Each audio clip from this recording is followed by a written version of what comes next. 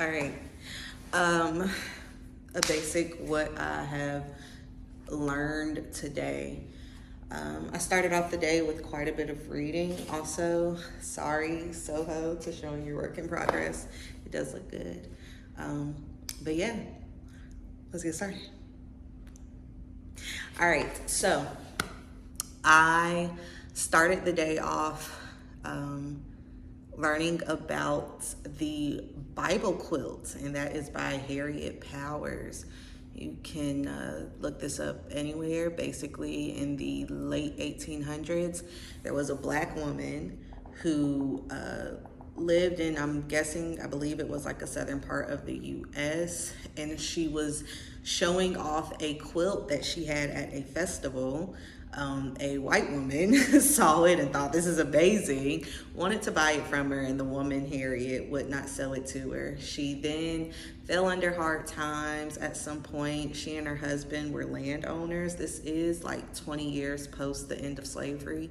They were landowners but fell onto hard times, and so in effort to like fix this, they did end up having to sell some of their land. They kept their home, but Harriet's husband encouraged her to sell the quilt to the woman, and so she went to do so, and the woman bought it for $5. It is now revered as like this amazing thing. You can see with the woman who purchased it, like you can see how she talks about it online, and she says like there's a like naiveness to the work that causes, like she lists it as delicious. She says her naiveness is delicious, and I frowned my face up when I read that part, because I'm like, what? I'm already thinking of just the concept of like being a black artist and sharing your work. For me, stepping into this environment, I did have a few thoughts on labor. Just the fact of like, damn, like I can't get out this system of I'm black and I have to do something like to generate some income. And honestly, that does go beyond, being black. But I do think that considering the legacy of blackness within this country, like when I first was thinking of it, I used to feel it strongly. I smoke, and when I smoke, I think about like, I feel like I really feel things. And I'd just be like, wow, like I'm really kind of worried about that. So reading Harriet's story, I did kind of feel that way. And I did kind of even imagine like, wow, imagine that I could just make and I don't have to worry about selling. Imagine I could just donate my pieces like here. And I don't even think that's imagination. I do think that it's like worthwhile, but definitely just something that I thought of. And then the whole calling it naive and delicious, like that language, the delicious part throws me off. The naiveness part also just like catches me off guard. I met a woman last week at the opener for Lavelle Whitfield's show at the Mint Museum in Charlotte. And he has a series where he has individuals, black individuals, and it's like they're on the face of cards, and so they still have like the symbols that like cards do. And there's this one woman where she's like the 6 or 7 of hearts, and the woman who was near me speaking on it goes like, I wonder why he chose the hearts for her, like, saying that she thought of it as beauty, the concept of hearts, and like, she's beautiful, but she has sternness to her eyes, so why would she do so? To which I said, like, I think that that's the duality of blackness at times. Not even just, again, like it's not just blackness, but because this is a white woman demonstrating a little lack of awareness, like, yes, there's this duality to blackness of you'll be beautiful and you will have your experiences and your list of things that have contributed into your development, and yet you need to be able to still honor that blackness or that beauty as an outsider. And an outsider in this case would be anyone who's not that woman who's going through that experience to develop, whatever stature she has. So just seeing that someone labeled Harriet's work as naive. I've heard this language of, or like instructions as a new artist, like it's okay if you don't come from like formal teaching, and that's been hard for me to like process and accept, but it's okay if you don't, because like, you know, once you start to learn that teaching, you are learning a new language, and you might grow to depend on it depending on your relationship with how you learn that. And it could take away from the development of you and like your journey with it and your style. So like, I'm trying to look at that as like a plus side, but I think I'm gonna have to evolve that thought some more, because I still feel like I'm just flailing sometimes. But yeah, so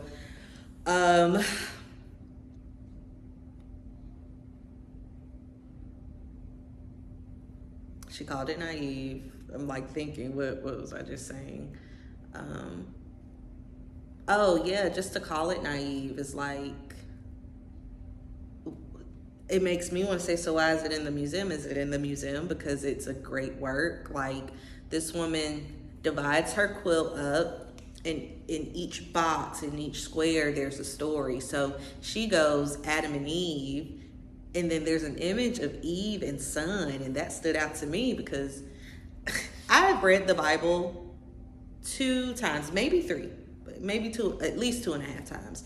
And so whenever I see someone refer to something in the Bible, I always go, girl, you read that book. Do you remember that part? And like, I don't. So I just think it's like, you get to see her imagination, and you get to see like how she chose to develop them in shapes and all these things. And it's like, why is it naive? And I don't want to just assume racism, because this book that I read this from is like a book on Black art, and like, I want it to be beyond, oh, this was a former enslaved woman who made a quilt, like we're honoring her in that way. Like, no, like it's momentous, like it's big stuff. So I learned that. I learned for myself to write. Writing is hard for me. I'm very uncomfortable with it at times. However, I read a blog last night. Learning can be so uncomfortable for me last night. After I read this blog and fell down the rabbit hole of vintage Japanese sewing machines, love that community. I felt so uncomfortable. I was like, I'm learning too much. Like, this is, I can't even go back. Like, it was kind of a lot. But I'm trying to find this person. I can't find their name, and they're actually kind of big on protection. Like, so I won't even say their name, but I read a blogger, a blog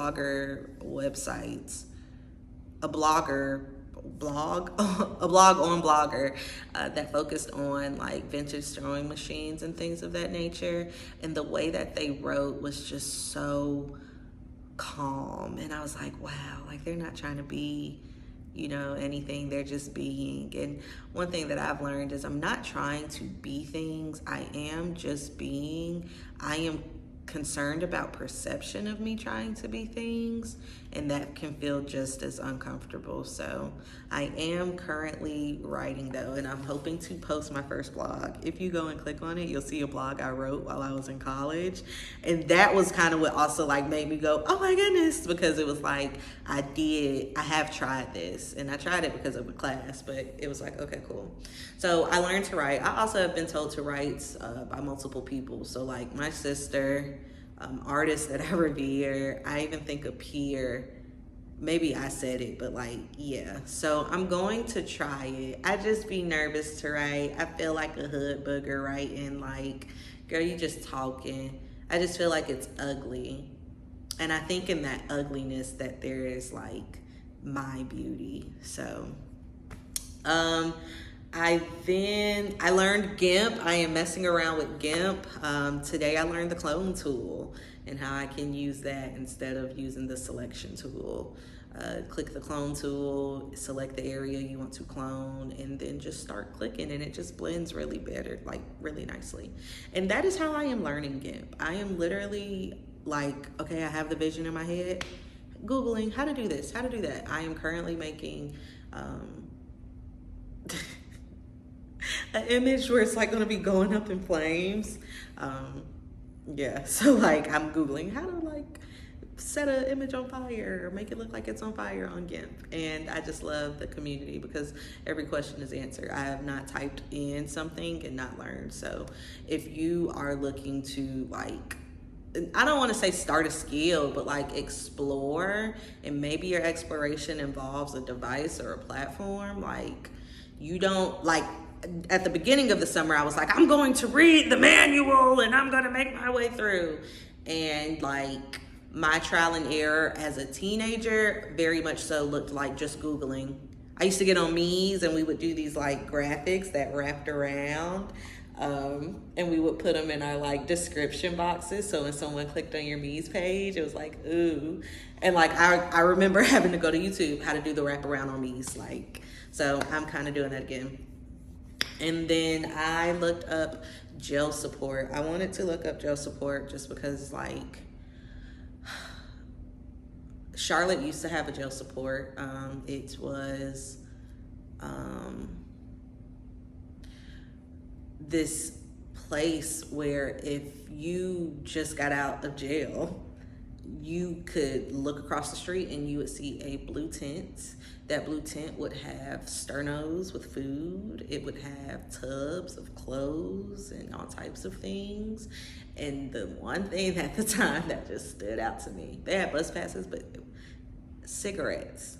They had cigarettes and they had a variety of cigarettes because people are particular about their cigarettes. And they would be right there ready for you. They would clap, they would cheer, all these things.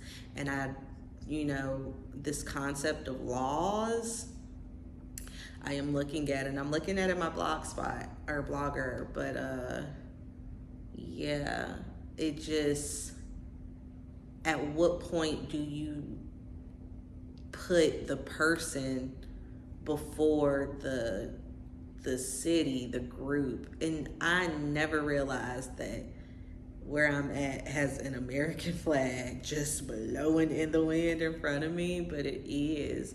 And as I say this, I mean it. Like, at what point does your society topple the person? Someone's coming in, so I'm gonna stop there, but look up jail supports. I'll see you later.